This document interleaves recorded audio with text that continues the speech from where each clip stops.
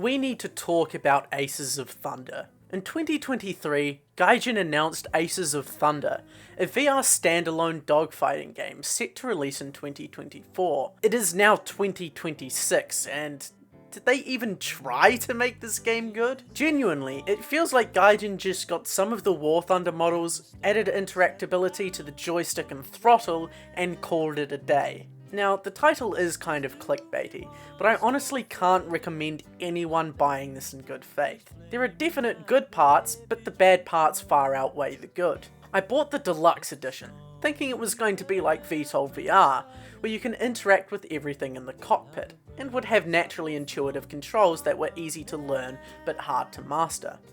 What I got was barely working flight controls that half the time would straight up not work correctly at all. And don't even get me started on the UI. It is possibly the worst UI I have ever had the displeasure to use in a video game.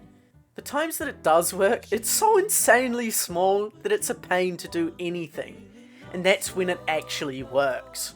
Most of the time, the controls did absolutely nothing. Nothing works.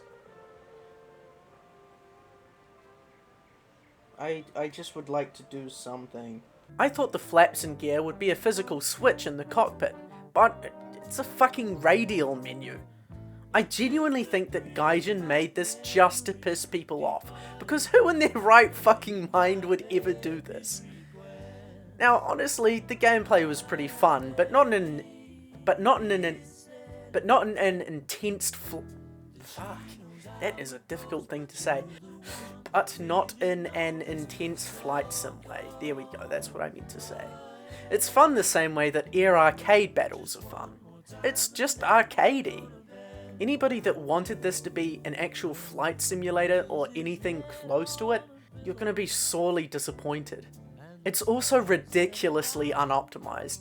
Now, I don't claim to have a supercomputer, but this is the only VR game I've ever played where it wouldn't run the default graphics. Even in base War Thunder VR, I keep my settings set high. Now, I haven't tried to set up my HOTAS to use in game, but according to Steam reviews it's possible, but really fucking awful to do. Now, looking on YouTube, there are a lot of reviews on Aces of Thunder. However, unlike on Steam, they are mostly very positive. I believe that Gaijin made this game to not be for the military aviation audience, but for the general audience. This in itself is fine, but Gaijin consistently marketed it as a high-fidelity multiplayer flight simulator, when in reality, it's just a half-baked War Thunder arcade VR port. At the time of writing, the reviews are currently 16% positive, although at the time of recording, they're at 36%. Now, do I think it deserves the score? No. I think it should be lower. Now, even though I think this game isn't worth nearly the amount I paid for it, I'm still not going to refund it.